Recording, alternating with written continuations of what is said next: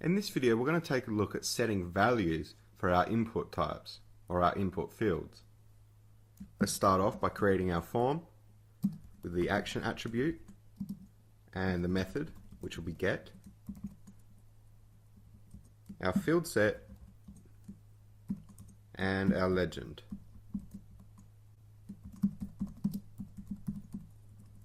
Right, so now we'll create an input of just type text, and we'll give that a name, and we'll give that a name of username, and close it just like that. As you may know, we can pass in a placeholder, so we'll have some grayed out text rendered in the input by default when the page loads. So let's just take a look at what the placeholder does and how it looks in the input.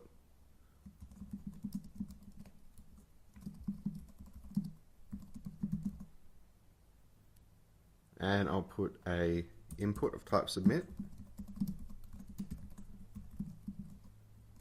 and we'll just leave the standard default submit text rendered on the button. So we'll go ahead and save this and check it out in the browser. As you can see, we have some grayed out text displayed in the input.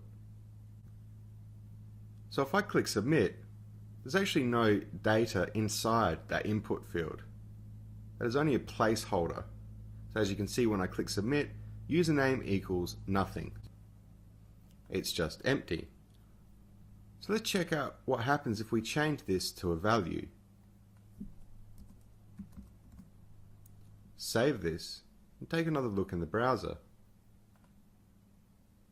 Now we actually have some text that we can actually highlight and edit in this text field.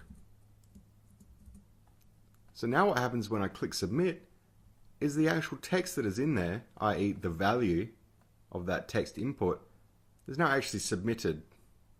So that's basically the difference between the value and the placeholder attribute of forms.